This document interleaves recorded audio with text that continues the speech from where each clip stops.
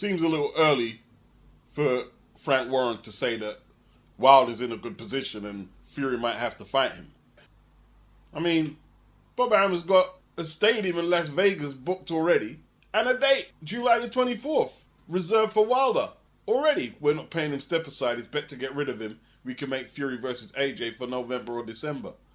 There's figures going about that Wilder wants up to 17 to 20 million though, so it's a lot of money. Maybe if it was 5, they could have had a deal. You know what I mean? But nah, he wanted 17 or 20 apparently.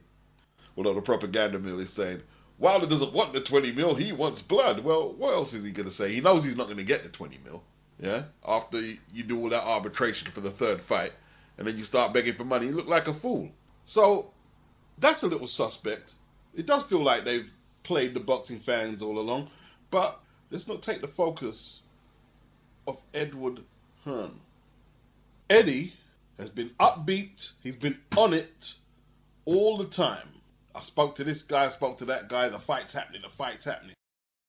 When Eddie made an announcement in March that the fight is signed and sealed, why was Frank so unhappy? Why was he so mad at Eddie? And why was Eddie so willing to let us know that documents were being signed from both parties? Why was Eddie putting that out there? He was putting that out there as damage control. He was pressuring these guys to say, look, I'm getting it together. No one can't say I ain't trying to make the fight. Look how negative they're being. But at the same time, he knew that the arbitration was looming and that it could go pear-shaped. Looking back at it now, Eddie knew why they couldn't commit more to try and negotiate this fight. He knew why. Let's not get it twisted. Eddie's not shocked that this went left. He ain't shocked at all. His dad's an accountant. All parties knew what the possible outcomes were. Let's keep it real. That includes Bob Arum and Frank Warren. But Eddie still went full steam ahead negotiating to get this fight over the line, even though he knew Team Fury were in arbitration. Why? You see, Eddie could have easily have said at the start of any thought, just thoughts of Fury versus AJ, he could have easily have said, well, it's no point us trying to make the fight now while they're in arbitration because there's a good chance it's not going to happen. He could have said that. But what response would that have garnered? Oh, you're protecting AJ. You're too shook to risk the cash cow, Eddie. The Tyson Fury friendly media would have a field day. Like I say, too risky for Eddie to let that be the narrative. It's not good for Joshua's public image, his marketing, and his legacy. So he went on the attack. He went really hard to try and get this fight, knowing full well it was likely to collapse, and everybody's going to be saying, fucking Frank Warren, Bob Arum. And look, it's a great strategy by Eddie because the fact that Frank Warren and Bob were stupid enough to try and juggle 2 fights at once, when you make your bed, you lay in your bed. It's a can't-lose situation for Eddie. If he pulls it off, he's a hero. Pulls off the biggest fight in British boxing history. And if he doesn't pull it off because of the arbitration, he makes Frank and Bob look stupid. The fight didn't collapse on Eddie's end, it collapsed on your end. You said that the arbitration ain't going to be a problem, Bob. That's what you said. Frank Warren didn't believe that. Frank Warren didn't once say that arbitration ain't going to be a problem. But as we know, Frank is Bob's lackey. He just had to go with it. And he was uncomfortable. Very uncomfortable. Eddie was thinking, if Frank and Bob mess up, we'll go back on DAZN and Sky and make a bundle of money fighting Usyk. It is what it is. Bob Arum, Tyson Fury and Joshua still planned despite arbitrators ruling on Wilder fight. Well, he's saying that, but he's adamant that he's not going to pay any step-aside money. How is he going to go ahead if you don't pay the guy any step-aside money at all, or any damages? He smokes a lot of weed, he probably doesn't take advice very well, and he doesn't think anything through that he's saying, even though what he's saying isn't making any sense. Now, apparently Prince Khalid and them are not a very happy bunch. It's a bump in the road. They know the business, you know what I mean? They're not naive people. It's a bump in the road. They know what Joshua can do with his numbers. And when the right fight comes along, he'll be back over there. It's what it is. Now, some people are saying that it was an elaborate plan by Bob Arum to trick Eddie and AJ and string them along and clout chase off AJ's name and say, aha, look, we're going to fight Wilder instead. But from what I gather from certain interviews Bob did recently, he hasn't recouped of Tyson Fury. Not in the 2 Wilder fights. And the purse that Fury would get for fighting AJ is way superior than what he's going to get for fighting Wilder for a third time. So I'm not sure about that, right? Go look at Frank's books at Company House. I haven't been on there, but I've heard it doesn't look too good. And Arum, he's not used to taking them big losses. He's lost a lot on Tyson Fury. It looked to me like Bob decided to try and play a long-range game. The contract expired with Wilder in October. He got very belligerent with Shelley Finkel that he don't have to do shit. But Shelley took it to arbitration. Then they were talking about a warm-up fight against Caballero. That didn't happen. You know, they were going to base their plans on the result of the arbitration. If they had won, more than likely they may well have faced AJ. You would have thought so with the purse that the Saudis were putting up. And even if they didn't want to take the AJ fight, they would have been right out of excuses if they had won the arbitration. Looking at the landscape across the pond, and I'm not saying it to be spiteful or anything like that. This is my weekly, and I like to break things down as thoroughly as I can. But it just seems like it could be a really bad time for Fury and Wilder in America. It's never going to do the kind of numbers that the celebrity boxers like Logan Paul or Mike Tyson are doing, is it? It's never going to do them numbers. I think Showtime's got Bellator now. They just signed Jake Paul. Maybe they could put Fury and Wilder on the undercard of Jake Paul fight. Depends, you know what I mean? Like, they're going to have to bring some extra level promotion to get them numbers to a place where they're going to actually recoup some real money. Bob Arum was saying some stupid shit. And Frank Warren like, oh, Eddie can finance it out of his new deal with DAZN. The man's trying to get the fight over the line. You're supposed to be equal partners. And you're coming out saying that? And Tyson Fury with his 3-day deadline deals and shit. His dad trying to blame it on AJ and Eddie not signing their part of the contract. It's crazy. It almost definitely looked like they was trying to find a way to say, look, Eddie can't get the job done. We got to move on. Tyson needs to fight. I don't need to fight nothing, man. The man sat on the couch for fucking nearly 3 years. So a year and a few days ain't going to hurt him. You know, you don't see AJ out there tweeting all 3 days to go, clock's ticking. What, don't you want this fight? You know, you see AJ saying, I'm working, I'm training for this fight. Now, that's where I disagree with Eddie. AJ wasn't training specifically for a Tyson Fury fight. AJ's in training for anybody because he knows the instability of the game and he's always in camp. He's always training. He knows Tyson Fury and guys like Wilder are flaky, and a potential fight could just go down the plug hole any second because they're flaky. I know what you're thinking. You're thinking, well, look at the tweets and the Snapchats. He's angry because Fury let him down. Nah, AJ's enjoying himself. He's letting out some endorphins, man. Trust me. He knows that he and Eddie, they won this installment of Boxing Damage Control.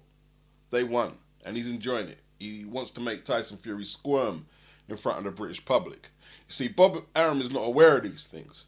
That Tyson Fury and Frank Warren, their names are mud in the UK right now.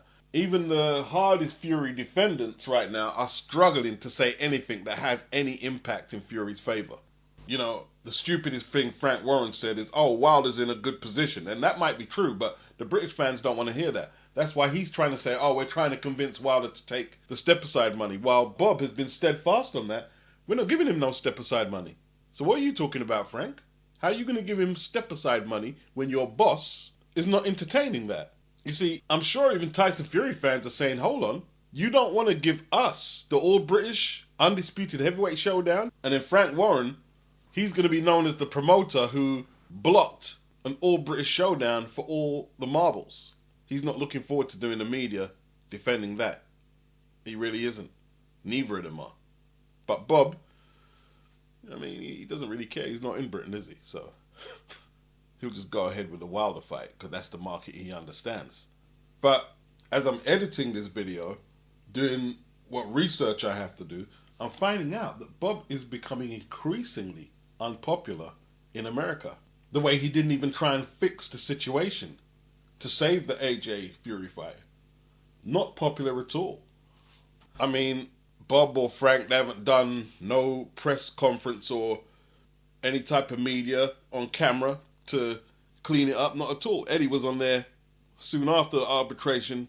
Was it 12 o'clock afternoon UK time yesterday. And, he wasn't stressed, he wasn't angry, because he knows that he's controlling the narrative. But what Eddie has to remember is that we're not getting the fight. So even though you and AJ are on the right side of the damage control, we're still not getting the fight. And a lot of people are frustrated. You know what I mean? And whether Eddie's in the right or not, I think people are just really disliking boxing promoters right now. And he has to be very wary of that. Wilder don't write Wilder off out the occasion either. He could be fighting me next. Who knows? I could have a third trilogy with Wilder yet. Like I say, a lot of stuff going on behind the scenes. Yeah. There's a lot of stuff going on behind the scenes, and Wilder might be next. Who knows? We'll see. Now, in my opinion, Fury was naively not aware of the consequences of playing the fans, playing them along. You can't be saying, I'm going to fight this guy, or maybe I'm fighting that guy, because one set of fans is going to be very unhappy with that. And right now, that's the real boxing fans all around the world who want to see an undisputed fight, especially in this weight class here. And right now, it's the British fans.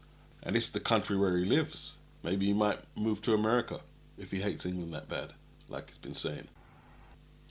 Joshua said the world now sees what a fraud you are to Fury today. Fury came back, you're more full of shit than Eddie, spouting absolute shite. Your full team knew there was an arbitration going on. It was out of my hands.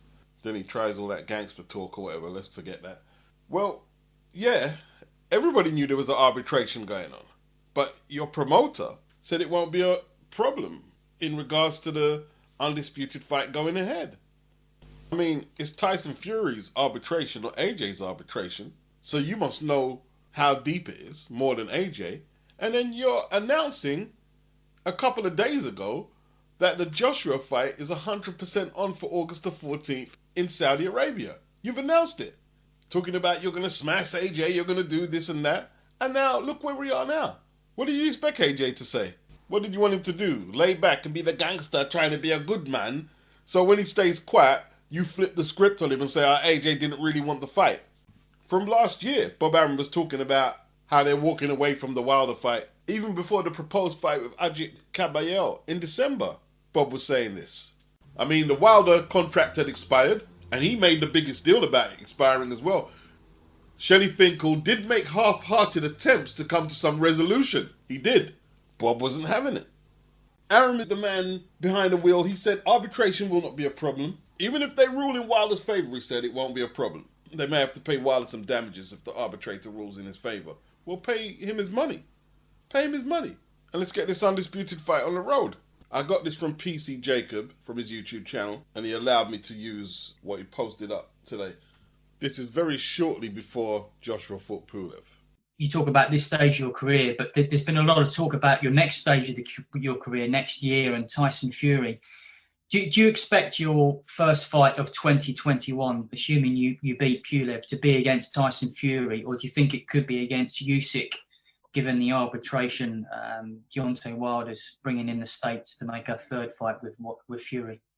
It's interesting because I just look at the two of their career paths. When I look at like Fury, great talent, but I don't know whether he's coming or going. I don't know if he's going to fight Wilder or if he's not going to fight Wilder. I don't know if he's going to fight Caballero or not fight Caballero. He announced he was fighting me and the deal had been signed and we're not fighting. Then I got Usyk, who seems to just be straight. You hear he's fighting Chisora, he fights him. You hear he's fighting Witherspoon, he fights him. So I go off people that are serious. So if Fury's serious and keen, the fight will happen. Honestly, I'm keen to test myself. He's supposed to have the real boxing IQ and showcase the boxing power now of a heavyweight. So it's going to be a really good challenge. So I'm keen to definitely compete with him, no problem. But whether he's ready, that's a whole other story because of the issues that he faces during his career, isn't it? So I don't know what will happen in 2021. But if I was to bet all my money on it, I'd say Usyk because he's with Matchroom, straightforward fight. And his track record shows that when he says he's going to fight someone, he does.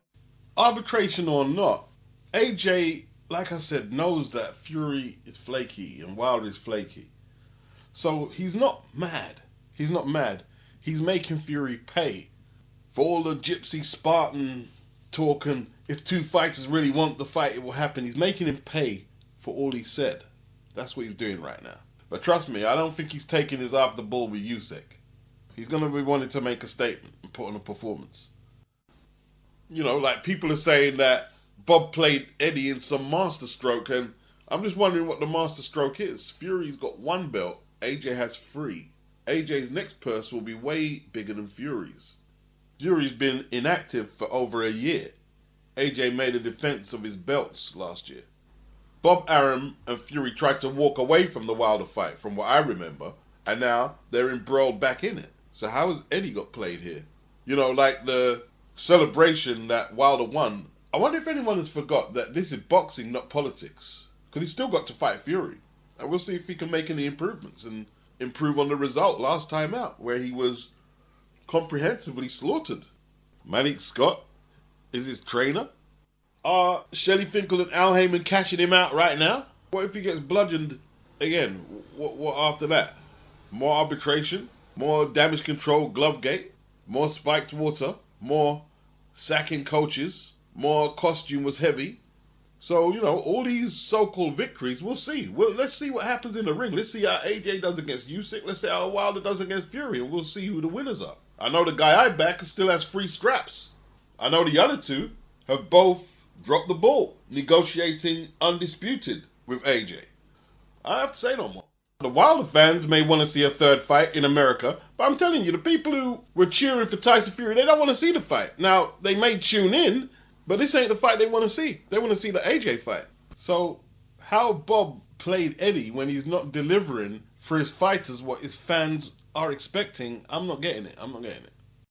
But let's face it, some people just live their whole existence in hope of saying something about Eddie. Oh, Eddie got played and Eddie didn't do this and Eddie didn't do that right and Eddie they live for that. If Bob Arum is really in a state of shock like Eddie is saying, I guess it's because he was adamant that the contract had expired in October. So there is no grounds, legally, for Wilder to contest the contract. Looks like Bob got this one wrong. I have my suspicions about the whole arbitration thing. Like, what were the considerations from the arbitrator? Or should I say the boxing fan traitor? You fucked up the fight, man. You fucked the fight up, man. The contract did run out, and Wilder did appear to let the contract run out. Remember when Bob Arum was doubting if Shelley Finkel had even read the contract for the Fury versus Wilder trilogy, because he was supposed to have the warm-up fight against Caballero December the 5th, and he was very confident that Fury was legally capable of taking part in that fight, defending the WBC belt that he won from Wilder in February.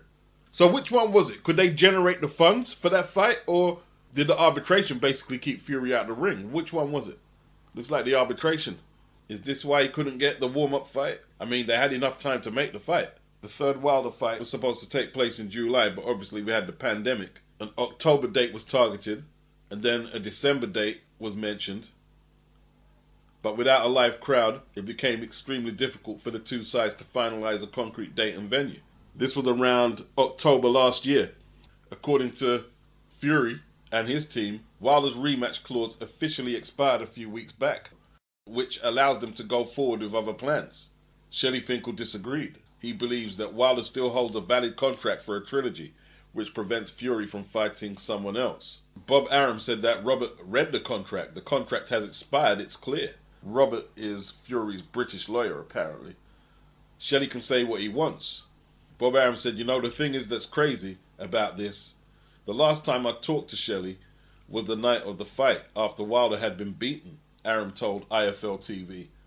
And I haven't talked to him since. Shelley hides in the bushes. And then when something that he sees as being averse to his fighter or himself happens, then he comes out and makes statements. I am absolutely sure, but I think Shelley has never read the contract. So who fucked up? Robert Davis, Fury's lawyer, or Arum? See, this is what I'm saying, like, Arum played Eddie.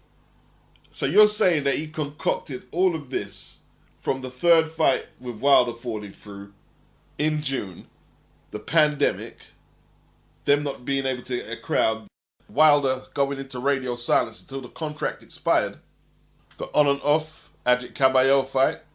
You're saying this was all concocted for Eddie to go to the Saudis, basically deliver the fight on the doorstep so Arum can just walk away and have Eddie looking like the proverbial deer caught between the headlights. I'm not too sure. A little clunky, a little too clunky to be believable. You could argue that they used AJ for a little bit of clout to keep their name relevant. You could argue that. Bob was very quick with that date and venue, but he's a promoter. He's been doing this since the 60s. I mean, he either told his staff, make some phone calls, see what stadium's available, and get a date. That's no problem at all. It's Bob Arum. Or he had it in contingency while the arbitration was going on, knowing that they could lose. He was laying the foundation for a Wilder fight. I mean, it's not like he had anything to do with the AJ fight. He was doing nothing. So he had to get prepared, because if the ruling went against him and they said, yo, you've got to get this done by a certain date, and I believe that's September, yeah, of course he's going to get some foundations laid. Of course. You know, let's have a real dialogue about this. There's no promoter who puts all of his eggs in one basket out there. There's none. But then again, I know Bob Arum, and that's why I'm not that animated and mad at him, because I've never liked Bob Arum. You guys know that. This is the same guy who defended Antonio Margarito with the wraps on his hand, saying, oh, he was unaware that he had cement in his gloves before he got busted against Shane Mosley. You can't trust this guy. He's scum. We know he's scum. And look, I'm not writing off the possibility of the concoction of a plot by Bob, but I don't think he was doing it from last year. If anything, it would have been the last couple of months it went that way. But yeah, I'm going to play Eddie out. I'm going to play him. I know Bob hates the fact that Eddie has a promoter-fighter relationship with Canelo. Bob loves Canelo, probably hates him now. Now he's working with Eddie. But Bob hates that. He hates it. I think it was around the time when Canelo was getting the franchise belt or whatever. And, you know, he was reluctant to fight Golovkin for the third time. And Arum was saying, leave Canelo alone. Canelo should be able to do whatever he likes. Kind of sounded to me like Bob was trying to tell Canelo, if you come to top rank, we'll let you do whatever you like. There's going to be more twists and there's going to be more turns before either AJ fights Usyk or Wilder fights Fury. So we'll see where it goes. P.S.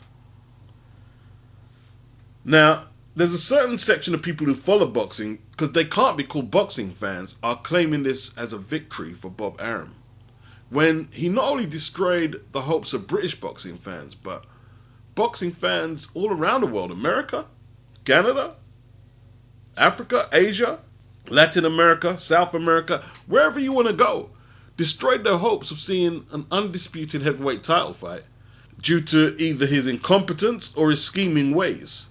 But he won, and the guy who worked hard to put it all together, Eddie Hearn, he lost. He's a loser to them. This is why people are walking away from the sport in droves. And you have to be mindful when you're supporting narratives from people who make blogs or videos saying this type of nonsense.